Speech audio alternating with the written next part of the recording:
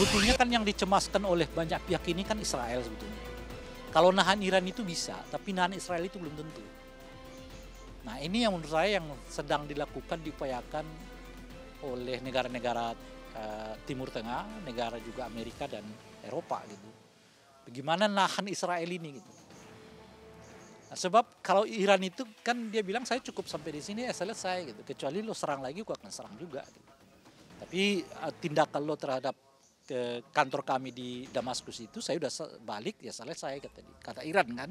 Ibaratnya begitulah ya.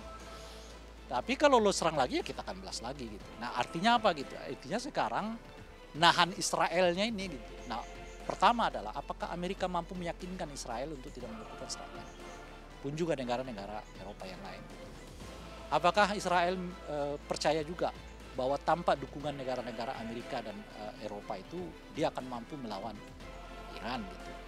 Yang udah pasti dengan atau tanpa diminta oleh Iran, negara-negara seperti Rusia macam-macam itu akan bantu Iran gitu. Nah, kalau ternyata tanpa koordinasi apapun Israel langsung melakukan penyerangan terhadap Iran dan Iran akan membalasnya dengan seketika, itulah awal pemicu terjadinya Perang Dunia Ketiga. Sebenarnya tidak ada dampak yang begitu signifikan sebenarnya yang dirasakan oleh masyarakat Gaza karena memang sebelum penyerangan Iran ataupun setelah penyerangan Iran terhadap Israel itu intensitas serangan Israel terhadap jalur Gaza itu masih sama, bahkan ke 3 hari atau 2 hari setelah penyerangan tersebut intensitas serangan Israel justru malah semakin meningkat. Bahkan kita dapat update dari Kementerian Kesehatan Palestina setiap harinya, mungkin hari ini sudah memasuki hari ke 193 genosida Israel terhadap masyarakat yang ada di jalur Gaza, sehingga dalam 24 jam terakhir saja update dari Organisasi Kementerian Kesehatan Palestina ada 5 pembantaian yang dilakukan oleh pihak Israel terhadap warga Gaza.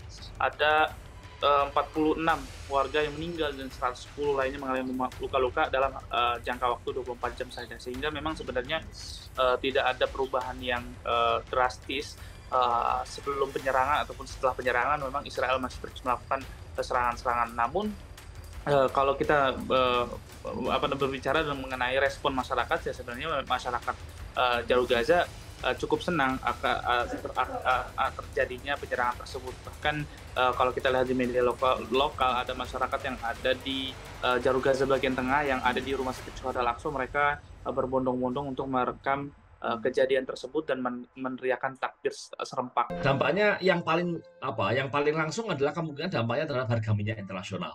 Ya, kenapa? Karena kita tahu bahwa Iran adalah salah satu negara penghasil minyak terbesar dunia, bukan nomor satu, tapi satu yang besar.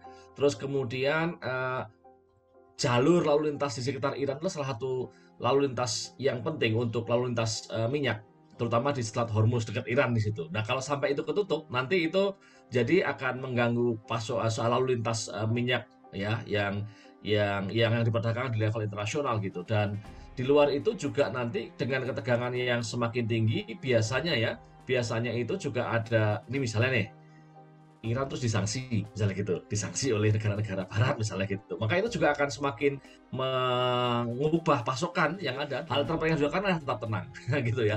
Tetap tenang, tidak perlu panik gitu. Karena kalau udah panik urusan jadi lebih rumit. Dalam konteks ekonomi kalau panik juga lebih rumit nanti gitu. Jadi tetap tenang, pahami bahwa situasi mungkin tidak mudah, maka tadi kalau memang perlu melakukan realokasi belanja, tetapi tetap lakukan hal-hal yang memang misalnya gini, kerja aja gitu, lakukan apa yang perlu dilakukan sehari-hari begitu. Tapi kemudian dengan misalnya nih prioritaskan belanja pada hal-hal yang sangat urgent gitu ya, kurangi belanja-belanja yang sifatnya tidak urgent, yang bisa yang bisa ditunda dan sebagainya gitu. Tapi sekali lagi tidak perlu panik gitu ya, tidak perlu panik. Yang kepanikan itu justru mungkin akan membuat situasi ekonomi jadi lebih sulit. Contohnya apa sih Pak yang panik-panik itu?